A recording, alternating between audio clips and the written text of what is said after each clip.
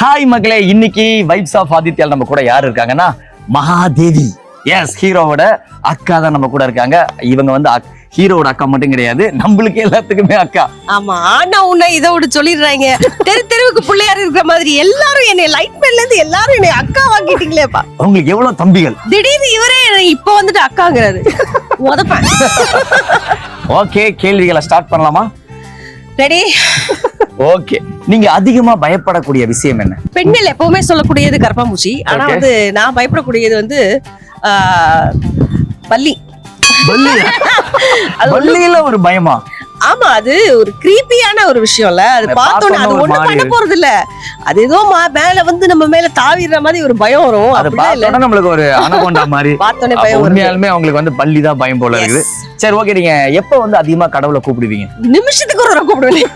முருகா, உட்காரும் போது வலிச்சுதுடா முருகா, தூக்கம் வரனா முருகா, டயர்டா இருந்தா முருகா அப்படின்னு.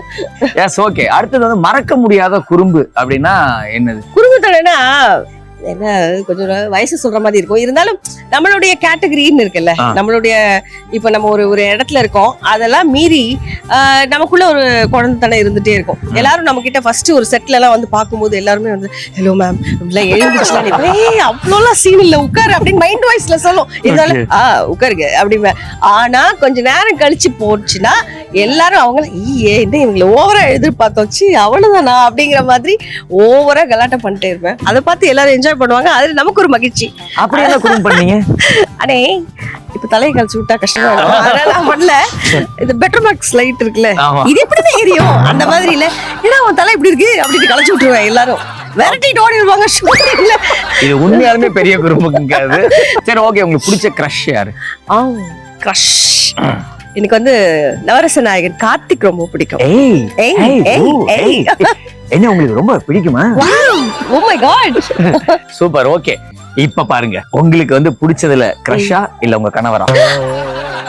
ஏப்பா பொசுக்கு இப்படி கேட்டுட்டீங்க? கல்யாணம் ஆகிறதுக்கு 5 விரல் இருக்கு, 5 விரலும் ஒரே மாதிரியா இருக்கு. சோ அது மாதிரி இந்த ஒரு விரல் கார்த்திக், அப்புறம் இந்த ஒரு விரல் வந்து என் புருஷன் அப்படி வச்சுக்கலாம். குடும்பத்தை குழப்பத்தை உண்டாக்குறீங்கப்பா. நீங்க அப்செட்டா இருக்கும்போது என்ன பண்ணுவீங்க? பேக் எடுத்துட்டு கிளம்பிடுவேன். எங்க? தெருவீதிக்கு தான். தெருவீதிக்கு போய் என்ன கண்ணுக்கு தெரியறதெல்லாம் வாங்கி போடுவேன். ஒரு 10,000 ரூபாய் அழிச்சிருவேன்.